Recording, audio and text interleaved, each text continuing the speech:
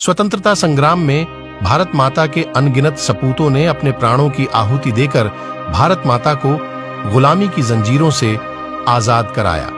आजादी की लड़ाई में भारत के सभी प्रदेशों का योगदान रहा। अंग्रेजों को भारत से भगाकर देश को जिन वंदनीय वीरों ने आजाद कराया, उनमें सबसे कम उम्र के बालक, क्रांतिकारी, अमर शहीद हेमू कालानी को भारत देश कभी नहीं भुला पाएगा। अविभाजित भारत के सिंध प्रदेश में 23 मार्च 1924 को जन्मे हेमू कालानी के पिता का नाम वेसमुल कालानी एवं माता का नाम जेठीबाई था। हेमू के दादा का नाम मंघाराम कालानी था, जो स्वयं नरम दल के क्रांतिकारी संगठन से जुड़े थे। वह गांधीवादी थे, जबकि हेमू गरम दल के स्वतंत्रता संग्राम सेनानियों में शामिल था, जिनका उद्देश्य अंग्रेजी हुकूमत को उखाड़ा फेंकना था। हालांकि हेमू अपने मित्रों के साथ किताबों में गुप्त सूचनाएं जो पंजाब के गरम दल क्रांतिकारियों द्वारा सिंध और बलूचिस्तान भेजी जाती रहीं, को गंतव्य पर पहुंचाने का कार्य करते रहे। छोटी उम्र में तिनरगा लेकर अपने साथियों के साथ अंग्रेजों की बस्ती में दौड़ कर भारत माता की जय के नारे लगाना, रात में अंग्रेजों के घरों पर पत्थर फेंकना, सखर जिले की सिंधु नदी में तैरना उन्हें पसंद था।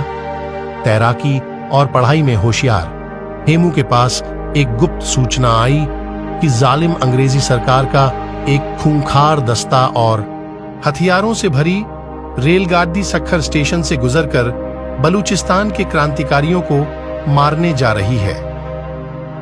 हेमू ने अपने 4 साथियों के साथ उस रेलगाड़ी को सखर जिले के बद्धे पुल में गिराने की योजना बनाई और रेल पटरी की फिश प्लेट खोल दी। गाड़ी सखर स्टेशन के लिए रवाना हुई। सखर स्टेशन और सखर नदी पुल की दूरी लगभग 1.5 किमी रही होगी। जब रेलवे कैबिन के कर्मचारी ने खुली हुई फिश प्लेट देख ली, तो उन्होंने लाल झंडी दिखाकर रेलगाड़ी को रोक लिया। हेमू अपने साथियों के साथ पुल के नीचे एक छोर पर उत्साहित होकर अंग्रेजी हुकूमत के दस्ते को डूबता हुआ देखना चाहते थे। वह बहुत प्रसन्न थे। इतने में उसी जालिम अंग्रेजी दस्ते ने उन्हें पकड़ DDH लिया। हेमू ने अपने साथियों को भगा दिया। अंततः नन्हे क्रांतिकारी हेमू कालानी गिरफ्तार कर लिए गए। अंग्रेज सरकार ने जेल में नन्हे बालक क्रांतिकारी पर अमानवतापूर्ण जुल्म किया।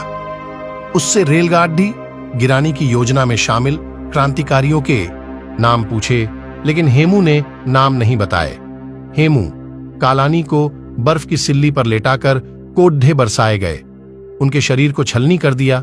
जख्मों को नमक भरकर उसे कोड्ढे मारे, लेकिन लोहे का बना वीर इनकलाब जिंदाबाद कहता रहा। हेमू को सखर न्यायालय ने उम्र कैद की सजा सुनाई और न्यायालय ने इस फैसले की नकल हैदराबाद सिंध कोर्ट को भेज दी।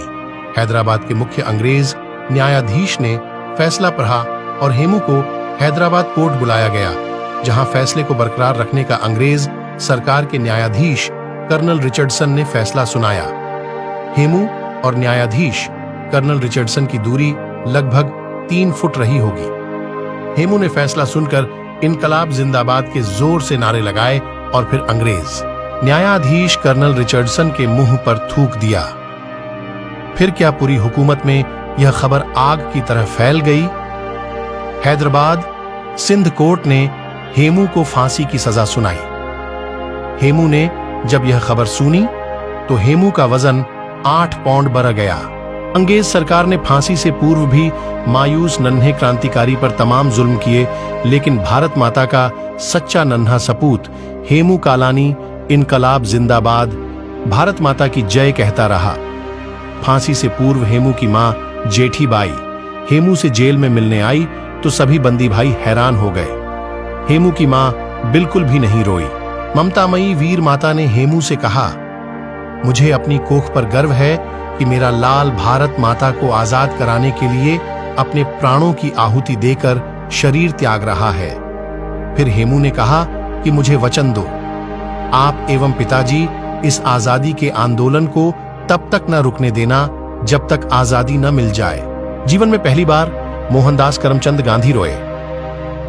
उन्होंने अंग्रेजी हुकूमत को फांसी की सजा माफ करने हेतु पत्र लिखा, लेकिन अंग्रेजों की जालिम सरकार ने गांधी की अर्जी अस्वीकार कर दी।